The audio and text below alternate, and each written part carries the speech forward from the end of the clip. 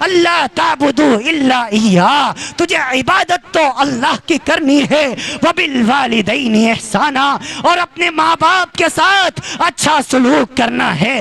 فَإِمَّا يَبْلُغَنَّكَ عِندَكَ الْكِبَرَ، اگر یہ دونوں یا دونوں میں سے ایک جب بڑھاپے کی حالت کو پہنچیں تو فَقُلْ لَهُمَا قَوْلًا كَرِيمًا، ان کے ساتھ نرمی سے بات کرنا، ان سے جھڑک کر بات نہ کرنا، ان سے تیز آواز میں بات نہ کرنا۔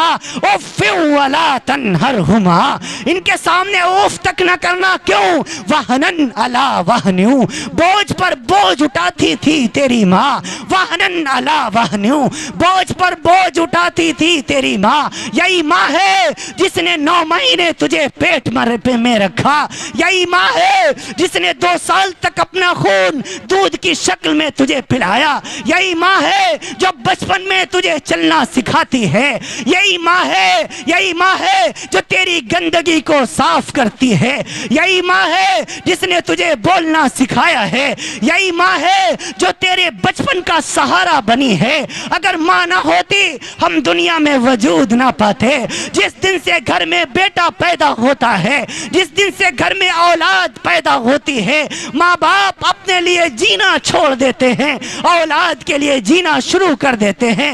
اسی لیے میرے نبی نے فرمایا اپنے والدین کے ساتھ حسن سلوک کیا کرو، اپنے ماں باپ کے ساتھ اچھا برتاؤ کیا کرو۔ سرو تیرتھ مئی ماتا، سرو دیو میا پتا، ماترم پترم تسمات سرویتنین پوجیت۔ فرمایا تمام تیرتھوں سے زیادہ پوتر استھان تیرے ماتا جی کے چرن ہیں۔ ماں بڑی تڑپ رہی ہے، بیٹا کاشی جا رہا ہے، برنداون جا رہا ہے، متھرا جا رہا ہے، حج بیت اللہ جا رہا ہے، سوچتا یہ ہے ایشور خوش ہو جائے گا، اللہ راضی ہو جائے گا، بھگوان مان جائے گا۔ فرمائے نہیں نہیں نہیں، سرو تیرتھ مئی ماتا، تمام تیرتھوں سے زیادہ پوتر استھان تیرے ماتا جی کے چرن ہیں۔ سرو دیو میا پتا، تمام دیوتاؤں سے زیادہ بڑھ کر تجھ پر تیرے باپ کا حق ہے۔ ماترم پترم تسمات سرویتنین پوجیت، اپنے ماں باپ کی سیوا کر لے، اپنے ماں باپ کی سیوا کر لے،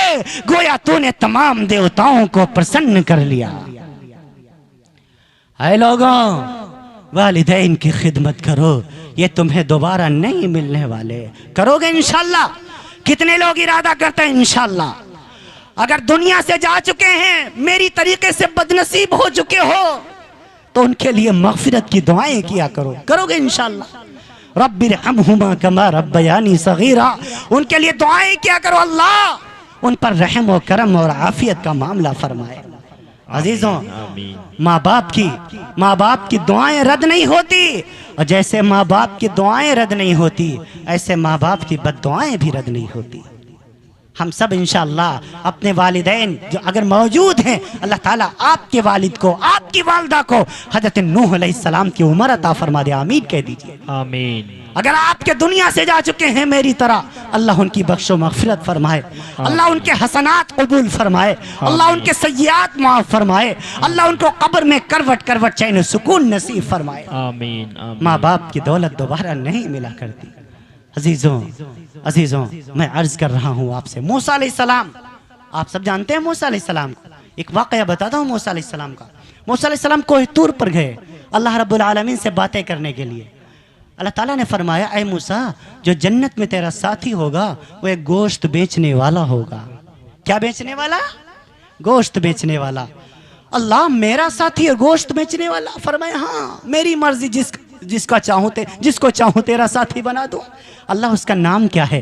میں ملاقات کرنا چاہتا ہوں، میں اس سے ذرا ملنا چاہتا ہوں۔ اس کی شاپ کہاں ہے؟ اس کی دکان کہاں ہے؟ میرے رب نے وحی کے ذریعے سے بتا دیا۔ موسیٰ کلیم اللہ اس نوجوان کو ڈھونڈتے ڈھونڈتے اس کی دکان پر پہنچے۔ کیا دیکھا؟ ایک نوجوان بیٹھا ہوا ہے، اپنے ہاتھوں سے گوشت کے ٹکڑوں کو کاٹ رہا ہے اور بیچ رہا ہے۔ کوئی وظیفہ نہیں پڑھ رہا، کوئی ورد نہیں کر رہا، کوئی تسبیح نہیں پڑھ رہا، کوئی نماز نہیں پڑھ رہا، کوئی اور ذکر و اذکار نہیں کر رہا۔ موسیٰ کلیم اللہ بہت حیران ہوئے کہ اللہ اس کو کس عبادت کی بنیاد پر جنت میں میرا ساتھی بنائے گا۔ وہ نوجوان جب شام کو چلنے لگا تو موسیٰ کلیم اللہ بھی ساتھ ہو لیے اور کہنے لگے بھائی میں مسافر ہوں۔ وہ بھی نہیں پہچانتا موسیٰ علیہ السلام کو کہ یہ اللہ کے نبی ہیں۔ فرمایا میں مسافر ہوں، میں تمہارے ساتھ تمہارے گھر چلنا چاہتا ہوں، کیا تم اجازت دیتے ہو؟ موسیٰ کلیم اللہ نے موسیٰ کلیم اللہ کو اجازت مل گئی۔ فرمایا ہاں بالکل چل سکتے ہو بھائی، چلو ایک رات میں میرے ساتھ ٹھہر لو۔ موسیٰ کلیم اللہ کو لے کر کے وہ شخص اپنے گھر میں گیا۔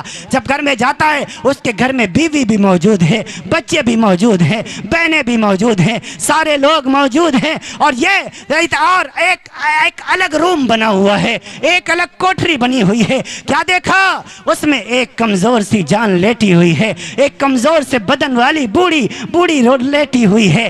موسیٰ کلیم اللہ دیکھ رہے ہیں یہ نوجوان اپنی بیوی کو سلام کر کے، بچیوں کو سلام کر کے سیدھے ادھر روم میں چلا گیا اور جا کر کے اس نے سلام کیا اور کہنے لگے السلام علیکم ورحمت اللہ۔ اس بوڑھی ماں نے جواب دیا۔ پھر وہ نوجوان کچن میں آیا، رسوئی گھر میں آیا، اپنے ہاتھوں سے پورے طور پر گوشت کے ٹکڑوں کو دھلا، اپنے ہاتھوں سے ان کو ہانڈی میں پتیلے میں ڈالا، پھر سالن تیار کیا۔ بیوی قریب آئی اور آ کر کے کہنے لگی لاؤ میں بناتی ہوں نا، لاؤ میں کھانا پکاتی ہوں نا، تیار کرتی ہوں نا۔ یہ نوجوان کہنے لگے نہیں، یہ جو میں لیٹی ہوئی ہے نا یہ میری ماں ہے، اس ماں نے بچپن میں نوکرانی بن کر میری سیوا کی ہوئی ہے، میرا دل کرتا ہے آج اس کا بیٹا اپنے ہاتھوں سے بنا کر اپنی ماں کو کھانا کھلائے۔ موسیٰ کلیم اللہ دیکھ رہے ہیں علیہ السلام، وہ نوجوان اپنے ہاتھوں سے روٹیاں بنا رہا ہے، اپنے ہاتھوں سے چاول رائس تیار کر رہا ہے، اپنے ہاتھوں سے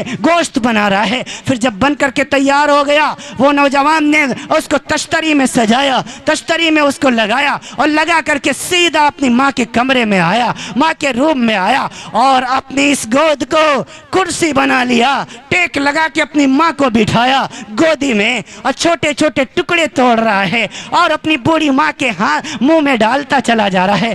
اماں کھا رہی ہے، بیٹا کھلا رہا ہے۔ اب موسیٰ علیہ السلام دیکھ رہے ہیں نوجوان کیا کہہ رہا ہے اماں اور کھائیے نا، اماں جان اور کھا لیجئے نا۔ بوڑھی ماں کہنے لگی بیٹا اب بس کر، اب کھایا نہیں جاتا، اب نہیں چلے گا۔ بیٹا کہنے لگا نہیں اماں تھوڑا سا اور کھا لیجئے۔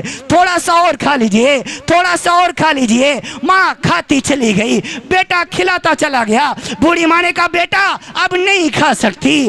ہاں بیٹے نے اپنی ماں کو لٹا دیا، اس کا منہ صاف کیا، ماتھے کو پورے طور پر بوسہ دیا، چوما، پھر آ کر کے بیٹھ گیا ہے، نوکروں کی طریقے سے پیر دبانے لگ گیا۔ بوڑھی ماں کہنے لگی بیٹا تو سارا دن دکان پر کام کرتا رہا، سارے دن کے بعد گھر میں لوٹا ہے، بیٹا تیری بیوی انتظار کر رہی ہے، تیری بیٹی انتظار کر رہی ہے، تیرا بیٹا انتظار کر رہا ہے، جا اپنی بیوی کے پاس چلا جا، اپنے بیٹے کے پاس چلا جا، اپنی بیٹی کے پاس چلا جا۔ یہ نوجوان کہنے لگا نہیں اماں میں آپ کی خدمت کرنا چاہتا ہوں، میں آپ کی سیوا کرنا چاہتا ہوں۔ بوڑھی ماں کے اچانک ہاتھ آسمان کی طرف اٹھے اور اس نے بڑبڑاتے ہوئے پتہ نہیں کیا کہا ہے، کون سی دعا مانگی ہے۔ موسیٰ کلیم اللہ دیکھ رہے ہیں، آ کر کے پوچھنے لگے نوجوان یہ کون ہے اور یہ کیا مانگ رہی ہے، یہ کیا کہہ رہی ہے؟ ہاں وہ نوجوان کہنے لگا بھائی مسافر جی یہ میری ماں ہے اور ماں تو ماں ہی ہوتی ہیں۔ جب بھی میں اس کی سیوا کرتا ہوں، جب بھی میں اس کو کھانا کھلاتا ہوں، جب بھی میں اس کے پیر دباتا ہوں، یہ اپنے ہاتھوں کو آسمان کی طرف اٹھاتی ہے اور میرے لیے عجیب دعا مانگتی ہے، اللہ سے کہتی ہے اے اللہ میرے اس بیٹے کو جنت میں موسیٰ کا ساتھی بنا دینا، میرے اس بیٹے کو جنت میں موسیٰ کا ساتھی بنا دینا۔ ارے کہاں میں کہاں موسیٰ، وہ تو نبی ہے، میں اس کا ساتھی کیسے بن سکتا ہوں؟ موسیٰ کلیم اللہ نے دل ہی دل میں کہا اے نوجوان تیری ماں کی دعاؤں کو رب ذوالجلال نے عرش معلیٰ پر قبول فرما لیا ہے اور تجھے جنت میں موسیٰ کا ساتھی بنا دیا ہے۔ سبحان اللہ، نعرہ تکبیر، نعرہ تکبیر۔ جناب مفتی سلمان صاحب اتر بیمودیہ شانتی سنگو سرزمین بھگوان پور